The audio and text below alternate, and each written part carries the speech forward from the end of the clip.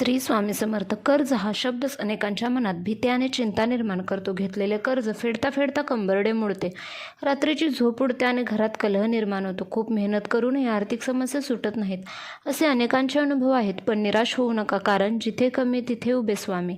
आजच्या व्हिडिओमध्ये आपण पाहणार आहोत अक्कलकोट निवासी श्री स्वामी समर्थ महाराजांनी सांगितलेले काही अत्यंत प्रभावी उपाय, जे तुम्हाला कर्जमुक्तीकडे घेऊन जातील. हे उपाय केवळ आध्यात्मिक नाहीत, तर त्यात आर्थिक नियोजनाचेही सूत्र आहे.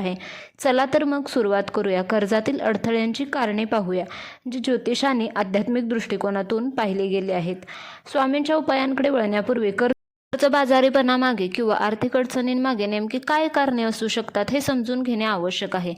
त्यामध्ये पहिलं म्हणजे ग्रहदोष. पत्रिकेत शनी, राहू किंवा मंगळ ग्रहांची स्थिती कमकुवत असल्यास आर्थिक चणचण जाणवते. दुसरी म्हणजे वास्तुदोष. घराच्या उत्तर म्हणजे जे कुबेरस्थान किंवा पूर्व दिशेला अडचण असल्यास पैशाचा ओघ थांबतो.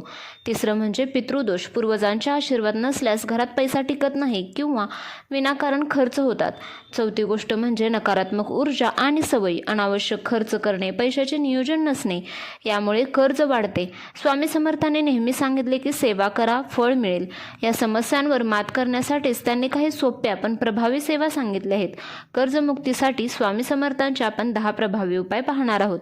आता पाहूया 10 महत्त्वाचे उपाय, जे तुम्ही श्रद्धेने आणि नियमाने केल्यास तुमचे कर्ज लवकरात लवकर फिटेल आणि घरात लक्ष्मी नांदेल. त्यामध्ये पहिला उपाय, नियमित श्री स्वामी समर्थ नामजप. आर्थिक शक्तीसाठी हा तुम्हाला करायचा आहे. हा सर्वात सोपा पण अत्यंत प्रभावी उपाय आहे. नामजपात अफाट कंपन शक्ती, व्हायब्रेशन असते. तो कधी आणि कसा करावा? दररोज किमान 108 वेळा श्री स्वामी समर्थ मंत्र याचा जप करावा. सकाळी आणि संध्याकाळी केल्यास उत्तम. तुम्ही कामावर जाता येता, स्वयंपाक करतानाही मनातल्या मनात जप करू शकता. यामुळे फायदा काय होतं तर मनाला बळ मिळते, आर्थिक निर्णय घेण्याची क्षमता वाढते आणि नकारात्मक ऊर्जा दूर होते. दुसरा उपाय म्हणजे दर गुरुवारी दत्तांचे दर्शन आणि पिंपळाच्या झाडाची सेवा. स्वामी दत्तात्रयांचे अवतार असल्याने दत्तसेवा अत्यंत फलदायी आहे. कधी आणि कसे करावे? प्रत्येक गुरुवारी जवळच्या दत्त मंदिरात जाऊन दर्शन घ्या. तसेच पिंपळाच्या झाडाखाली दिवा लावा आणि प्रदक्षिणा घाला. यामुळे फायदा काय होतो तर गुरुग्रहाचा आशीर्वाद मिळतो, जो संपत्ती आणि भाग्याचा कारक आहे. तिसरा उपाय म्हणजे मंगळवारी ऋणमोचक मंगल स्तोत्र वाचा. यामुळे कर्जमुक्तीसाठी अत्यंत शक्तिशाली हा स्तोत्र असल्यामुळे मंगळवार हा कर्जाशी संबंधित असतो. कधी आणि कसे करावे तर दर मंगळवारी सकाळी किंवा संध्याकाळी अंघोळ करून स्वच्छ कपडे घालून मारुतीसमोर हे स्तोत्र वाचा. किमान 21 दिवस किंवा 45 दिवस नियमाने हे तुम्हाला वाचायचं आहे. यामुळे कर्जाचा बोजा कमी होतो आणि पैसे मिळण्याचे नवीन मार्ग खुले होतात. चौथा उपाय म्हणजे गुरुचरित्राचे वाचन. गुरुचरित्र ग्रंथ घरात असेल तर नकारात्मकता दूर होते आणि लक्ष्मीचा वास राहतो. कधी आणि कसे करावे? दररोज किंवा गुरुवारी गुरुचरित्रातील किमान 1 अध्याय वाचावा. शक्य असल्यास गुरुवारी दत्त पर्वचा नक्की वाचा. यामुळे फायदा काय होतो तर स्वामींची आणि दत्तांची कृपा होते, ज्यामुळे आर्थिक स्थैर्य येते. उपाय 5वा, वास्तुदोष निवारण आणि कुबेरस्थान. यामुळे घराची उत्तर दिशा म्हणजेच नॉर्थ दिशा ही कुबेराची दिशा मानली जाते. हे कधी आणि कसे करावे? घराची उत्तर दिशा नेहमी स्वच्छ आणि मोकळी ठेवा. जिथे जड वस्तू किंवा केरकचरा ठेवू नका. तिथे हिरवागार रोपटे किंवा कुबेर यंत्र ठेवा. यामुळे घरात पैशाचा ओघ वाढतो आणि पैसा टिकून राहतो. पुढचा 6वा उपाय, बुधवारी गणपतीला दुर्वा अर्पण करा.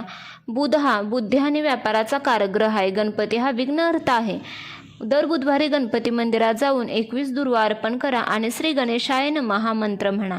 आर्थिक व्यवहार करताना बुद्धी योग्य चालते, फसवणूक होत नाही आणि कर्जाची विल्हेवाट लवकर लागते. या उपायाचा हा फायदा होतो. उपाय 7वा, पुढचा, शनिवारी काळ्या कुत्र्याला भाकरी किंवा पोळी द्या. शनिग्रह हा कर्माचा दाता आहे आणि कुत्र्याला खायला दिल्याने शनीचे 7.5 किंवा महादशेचा प्रभाव कमी होतो.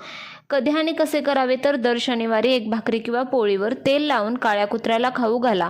याचा फायदा म्हणजे शनिग्रहाचा त्रास कमी होतो आणि अडकलेले पैसे मिळण्यास मदत होते. पुढचा 8वा उपाय, तारक मंत्राचा जप. हा आत्मिक बळासाठी तुम्हाला करायचा आहे. हा मंत्र मनातील भीती काढून टाकतो आणि लढण्याचे बळ देतो. हे कधी आणि कसे करावे? दररोज सकाळी आणि संध्याकाळी दिवे लागण्याच्या वेळी किमान 3 वेळा किंवा शक्य असल्यास 11 वेळा तारक मंत्र म्हणावा. याचा फायदा काय होतो तर आर्थिक संकटात असताना मानसिक आधार मिळतो आणि योग्य मार्ग दिसू लागतो. उपाय 9वा, आर्थिक नियोजनाचे महत्त्व. केवळ आध्यात्मिक उपायाने सर्व काही होणार नाही, कृती करणे पण आवश्यक आहे. स्वामींनी नेहमी कर्माचे महत्त्व सांगितले. तुमचे मासिक बजेट बनवा, अनावश्यक खर्च टाळा, कर्जाचे प्राधान्यक्रम ठरवा आणि सर्वात महागडे कर्ज, जास्त व्याजदर असलेले कर्ज आधी फेडा. यामुळे शिस्त लागते आणि प्रत्यक्ष कर्जमुक्ती होते. उपाय 10वा, निस्वार्थ सेवा आणि दानधर्म. निस्वार्थ सेवा हा स्वामींच्या शिकवणीचा गाभा आहे. तुमच्या क्षमतेनुसार गरजू लोकांना अन्नदान करा किंवा मदत करा. दर अमावस्येला गरिबांना मदत केल्यास पितृदोष कमी होतो. यामुळे पुण्यकर्म वाढते आणि अडथळे दूर होतात. लक्ष्मी प्रसन्न होते. या उपायांसोबतच महत्त्वाचे म्हणजे प्रामाणिकपणा आणि कष्ट करणे आवश्यक आहे. स्वामी आळशी लोकांना मदत करत नाहीत. कष्ट करा, सेवा करा, फळ नक्की मिळेल. हे होते स्वामी समर्थ महाराजांनी सांगितलेले काही सोपे आणि प्रभावी उपाय. हे उपाय श्रद्धेने आणि विश्वासाने केल्यास तुमच्या आर्थिक अडचणी दूर होतील आणि लवकरच तुम्ही कर्जमुक्त व्हाल.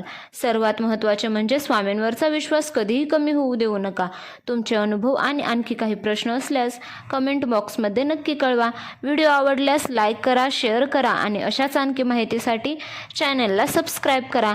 पुनश्च भेटूया पुढच्या व्हिडिओमध्ये. श्री स्वामी समर्थ.